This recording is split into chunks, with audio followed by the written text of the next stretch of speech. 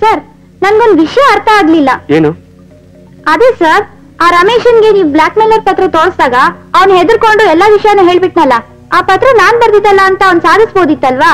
ಯಾಕಷ್ಟು ಸುಲಭವಾಗಿ ಒಪ್ಕೊಂಡ್ಬಿಟ್ಟ ಅಂತ. ನನಗೆ ಗೊತ್ತಿತ್ತು ನೀನ್ ಈ ಪ್ರಶ್ನೆ ಕೇಳ್ತೀಯ ಅಂತ. ಯಾಕೆಂದ್ರೆ ಬ್ಲಾಕ್ ಮೇಲರ್ ರಮೇಶ್ ಬರ್ದಿದ್ದು ಇದೊಂದೇ ಪತ್ರ. ಈ ಪತ್ರನ ಅವ್ನು ನಮ್ ಕೈಲಿ ನೋಡಿದಾಗ ಗಾಬರಿ ಆಗ್ಬಿಟ್ಟ. ಸರ್, ರಮೇಶ್ ಆರ್ತಿ ಗುಪ್ತಾಗೆ ಫೋನ್ ಮೂಲಕ ತಾನೇ ಯಾವಾಗ ಬ್ಲಾಕ್ ಮೇಲ್ ಮಾಡ್ತಾ ಇದ್ದಿದ್ದು. ಹಾಗಂತ ಆರ್ತಿ ಗುಪ್ತಾನೆ ಒಂದ್ಸಲ ಹೇಳಿದ್ದಾರೆ. ಆದ್ರೆ ಮೊನ್ನೆ ನಾವ್ ಈ ಪತ್ರದ ಬಗ್ಗೆ ಡಿಸ್ಕಸ್ ಮಾಡಿದಾಗ ನೀವು ಇದನ್ನೆಲ್ಲ ಹೇಳಲೇ ಇಲ್ಲ. ಯಾಕೆಂದ್ರೆ ಅವಾಗ ನನ್ಗಿನ್ನೂ ಯಾರು ಬರ್ದಿದ್ದು ಅಂತ ಕನ್ಫರ್ಮ್ ಆಗಿರ್ಲಿಲ್ಲ. ಇವತ್ತು ಆರ್ತಿ ಗುಪ್ತಾಗೆ ಬ್ಲಾಕ್ ಮೇಲ್ ಮಾಡ್ತಿದ್ ನೋಡಿ ಕನ್ಫರ್ಮ್ ಆಯ್ತು. ಸರ್, ಈ ಪತ್ರದಲ್ಲಿ ಯಾರು ಬ್ಲಾಕ್ ಮೇಲ್ ಮಾಡಿದ್ದು ಅಂತ ಬರ್ದಿಲ್ಲ. ಆರ್ತಿ ಗುಪ್ತಾಗೆ ಅವನು ಫೋನ್ ನಲ್ಲಿ ತಾನೇ ಬ್ಲಾಕ್ ಮೇಲ್ ಮಾಡ್ತಾ ಇದ್ದಿದ್ದು.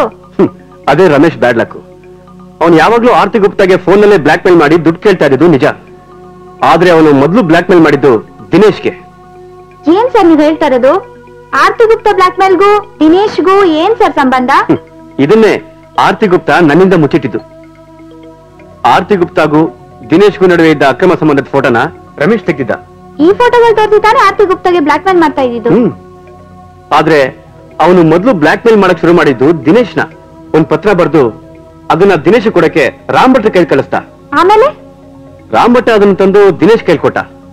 ಗಾಬರಿಯಾದ ದಿನೇಶ್ ಅದನ್ನ ಆರ್ತಿ ಹತ್ರ ಹೇಳ್ದ. ಆರ್ತಿ ಗುಪ್ತಾ ಗಾಬರಿಯಾಗಿ ರಮೇಶನ್ನ ಕರೆದು ಅವನ ಕೈಲಿ ಕೇಳಿದ ಕ್ಷಣ ಕೊಟ್ಬಿಟ್ಲು. ಇದು ನೋಡಿದ ರಮೇಶ್ಗೆ ಇನ್ನು ದಿನೇಶನ ಅಗತ್ಯ ಇಲ್ಲ ಅಂದ್ಬಿಟ್ಟು ಡೈರೆಕ್ಟ್ ಆಗಿ ಆರ್ತಿ ಗುಪ್ತಂಗ್ ಫೋನ್ ಮಾಡಿ ಬ್ಲಾಕ್ ಮೇಲ್ ಮಾಡಕ್ ಶುರು ಮಾಡ್ದ. ಓ, ಆಗ್ ಬರದ್ ಲೆಟರ್ ಇದು ಅಲ್ವಾ ಸರ್? ಒಂದು ರೀತಿಲಿ ಸರಿ, ಆದ್ರೆ ಪೂರ್ತಿ ಸರಿ ಇಲ್ಲ. ಅದ್ ಹೇಗ್ ಸರ್? ಒಟ್ಟಾಗಿ ಹೇಳ್ಬೇಡಿ ಪ್ಲೀಸ್, ಸ್ವಲ್ಪ ಬಿಡಿಸಿ ಹೇಳಿ. ಆ ಪತ್ರ ಡೂಪ್ಲಿಕೇಟ್, ಅದು ಒರಿಜಿನಲ್ ಪತ್ರ ಅಲ್ಲ. ಒರಿಜಿನಲ್ ಪತ್ರ ಆರ್ತಿ ಗುಪ್ತಾ ಗಂಡನಿಗೆ ಸಿಕ್ಕಾಕೊಂಡ್ಬಿಟ್ರೆ ಕಷ್ಟ ಅಂತ ಅದನ್ನ ಸುಟ್ಟಾಕ್ಬಿಟ್ಲು. ಹಾಗಾದ್ರೆ ಡ್ಯೂಪ್ಲಿಕೇಟ್ ಪತ್ರ ಹೇಗ್ ಬಂತು? ಅವಳು ಗಂಡಂಗ್ ಗೊತ್ತಾಗ್ಬಾರ್ದು ಅಂತ ಸುಟ್ಟು ಹಾಕಿದ ಪತ್ರನ ಜೆರಾಕ್ಸ್ ಮಾಡ್ಸಕ್ ಹೋಗಿಲ್ಲ. ಅವಳೇನ್ ಜೆರಾಕ್ಸ್ ಮಾಡ್ತಿರ್ಲಿಲ್ಲ ಬಿಡು. ಹಾಗಾದ್ರೆ ಈ ಡ್ಯೂಪ್ಲಿಕೇಟ್ ಪತ್ರ ಹೇಗ್ ಬಂತು ಸರ್? ಇದು ರಾಮ್ ಭಟ್ಟನ್ ಕೆಲಸ.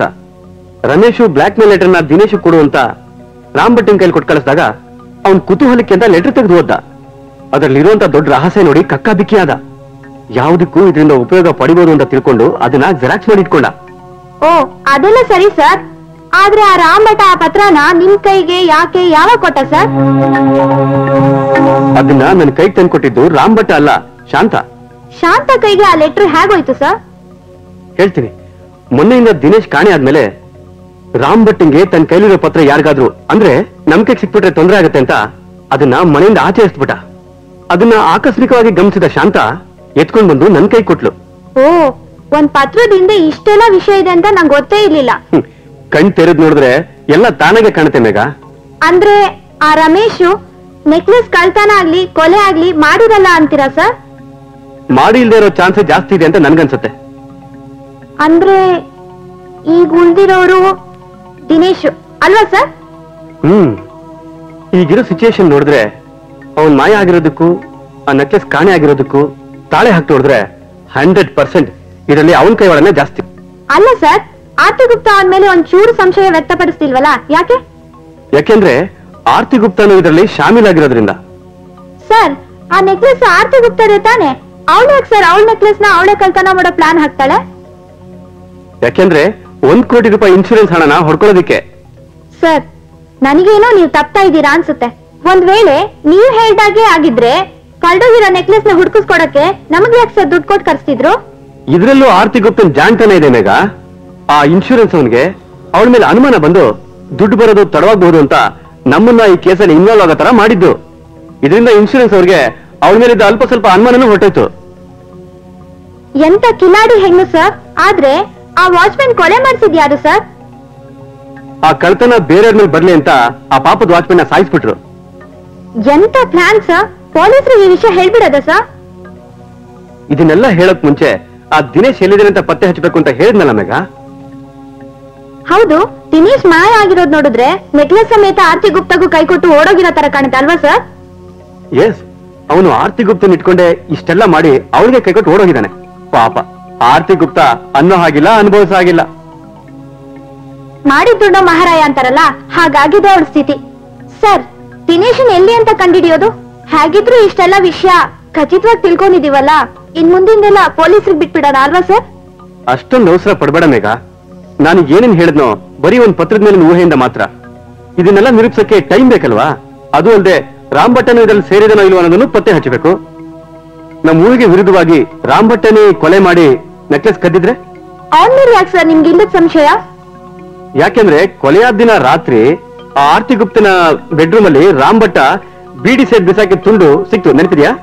ಸರ್, ಹಾಗಿದ್ರೆ ರಾಮ್ ಭಟ್ಟ ಒಬ್ನೇ ಅವತ್ ರಾತ್ರಿ ಆರ್ತಿ ಗುಪ್ತಾ ರೂಮ್ಗೆ ಹೋಗಿದ್ದ ಅಂತ ಆಯ್ತು. ಕರೆಕ್ಟ್. ಸರ್, ನನಗೇನು ಈ ಆರ್ತಿ ಗುಪ್ತಾ ಮತ್ತೆ ದಿನೇಶ್ ಜೊತೆ ರಾಮ್ ಭಟ್ಟನು ಶಾಮೀಲಾಗಿದ್ದಾನೆ ಅಂತ ಅನ್ಸುತ್ತೆ ಅಲ್ವಾ ಸರ್?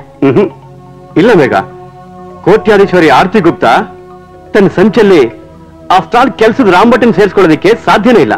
ಅದು ಹೆಲ್ಪ್ ಮಾಡಕ್ಕೆ ದಿನೇಶ್ ಇರುವಾಗ. Yeah right sir, Ram Bhatta ಈ ಸಂಚಲ್ಲಿ ಶಾಮೀಲಾಗಕ್ಕೆ ಸಾಧ್ಯನೇ ಇಲ್ಲ ಬಿಡಿ. ಆದ್ರೆ ಅವತ್ ರಾತ್ರಿ ಕಬೋರ್ಡ್ ಎಲ್ಲ ತೆಗೆದು ರಾಮ್ ಭಟ್ಟನೇ ತಾನೆ ಇರ್ಬೋದು. ಅದಕ್ಕೆ ನಾನು ಹೇಳ್ತಿರೋದು, ಅವನ್ ಹಾರ ಕದ್ಕೊಂಡು ಹೋಗಿರ್ಬೇಕಾದ್ರೆ ದಿನೇಶಿಗೆ ಮಾಯ ಆಗೋಗತ್ತೆ ಏನಿತ್ತು ಅಂತ.